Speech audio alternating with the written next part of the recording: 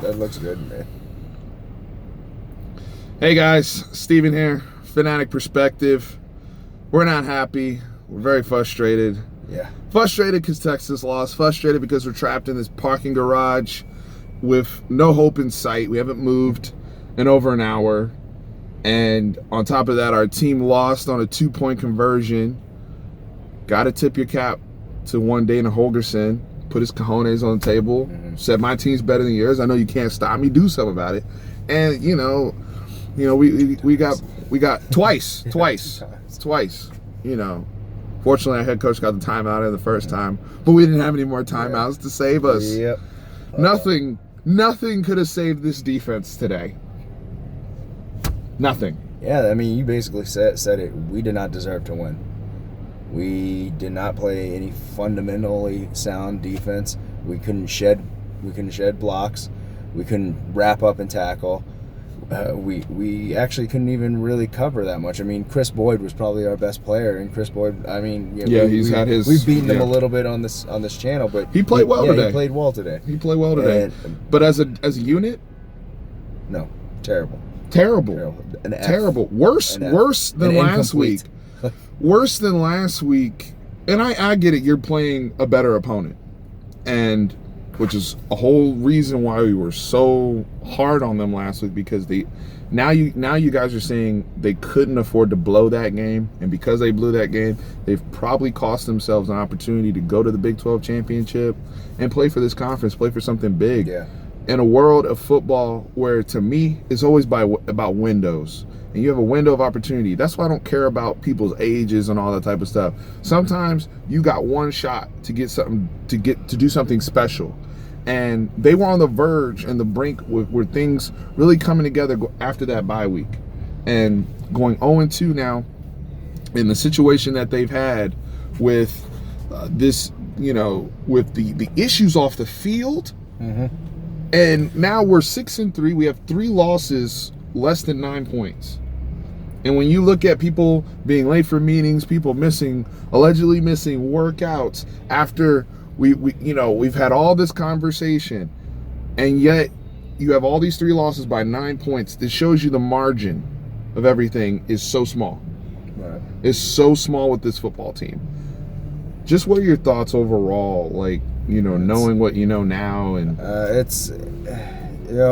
thing that frustrates me is that their all Big 12 left tackle got taken out in the first series for the whole game, and we could not get pressure on the quarterback whatsoever. Zero. Generated 0%. Nothing. How many times did we even hit Will Greer today? I think once, and we got a penalty on it. Yeah, when Malcolm Roach. Yeah. So we get no turnovers. We haven't had a turnover since the Baylor game, right? No. Do we have a turnover in the Baylor game? Yes, we did. I think we had a turnover. So we haven't. So we're not getting turnovers. Now we're not getting sacks. The blitz packages. This lightning package has kind of been exposed, if you really think about it. And I give Todd Orlando a lot of credit. He has been a very, very good coach, excellent defensive coordinator for us since he's been here. I think it's hard when you lose a Brandon Jones, who's obviously the captain back there, because nobody looks the same without him. Caden Stearns even looks like a different football player without Brandon Jones. I mean, we were talking about on the way, giving up that ball over the top. God, it's inexcusable. It doesn't matter. I mean, you keep the defense in front of you when you're ahead. Like Everything that. has to be in front of you in that situation.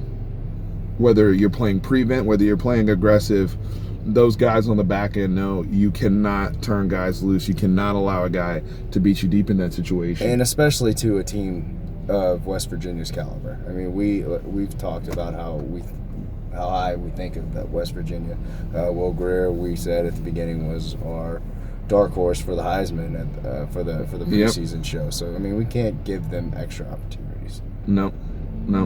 And one of the things too that I touched on, that we both touched on this channel, was the run game of West Virginia, and we felt like we had an opportunity to have some success, and we were wrong about that. I really thought coming into this game, you stated last week they're the 90th ranked rushing team in the country, but to the point of these Big 12 coaches, them being as smart as they are, figuring out this lightning package. Hey, the solution, the remedy for it, you got to run the football against it. You got to be balanced. You can't come out and throw all over the place, because our defense is not set up that way.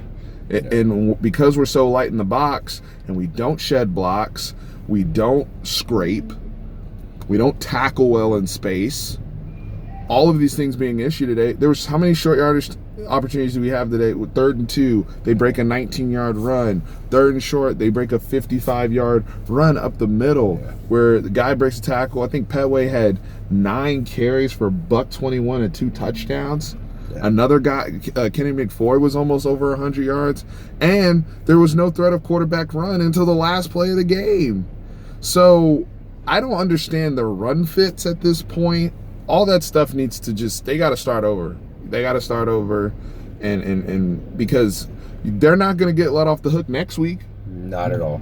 Going to Lubbock, I mean, you're going against a team that one could argue is even more balanced than West Virginia. Yeah, and they also their offense is to our weakness, so they get their players out in space and try to make you guys make tackles. And we haven't been doing that, and that's something that's very discouraging, and it's very worrisome too at the same time. We'll be back on Tuesday. We both need to go home and debrief and watch the game on TV. 'Cause, being in the stadium, we're just kind of soaking it in. It was an unbelievable atmosphere today. Credit to Chris Del Conte again. The fans. Everyone that supports this channel that we saw in person, we'll give you guys shout outs by name on Tuesday when we do our normal show and really come with a more analytical breakdown, because this is so tough, man. Yeah. And I know many of you probably watching this feel the exact same way we do as Texas fans. Just when we think we're back, just when we think we're turning that corner, we have another setback with off the field, another setback on the field, and we haven't given enough credit to the offense today. I do want to end on a positive. Sam Ehlinger, sensational performance today. LJ Humphrey, sensational performance. Trey Watson, probably at his best game as a Longhorn today. So overall, offensively, and there's going to be a lot of scuttlebutt around us scoring 3 points in the third quarter and some of the decisions. But I can't put this game on the offense or the play calling or whatever. They did their job. If they put up, you said it, 41 points, you need to win the game. So, bottom line, 41 points. That's not on your shoulders anymore. So we got to get back to square one with this defense. We're finally moving out of the garage. So we're going to be safe and cut this thing off so Tran can get us back to where we need to go safely. But we will see you guys Tuesday. Hook 'em. I'll be back with the Cowboy stuff on Monday night, but Tuesday we'll have our recap show. Yes, sir. Hook 'em.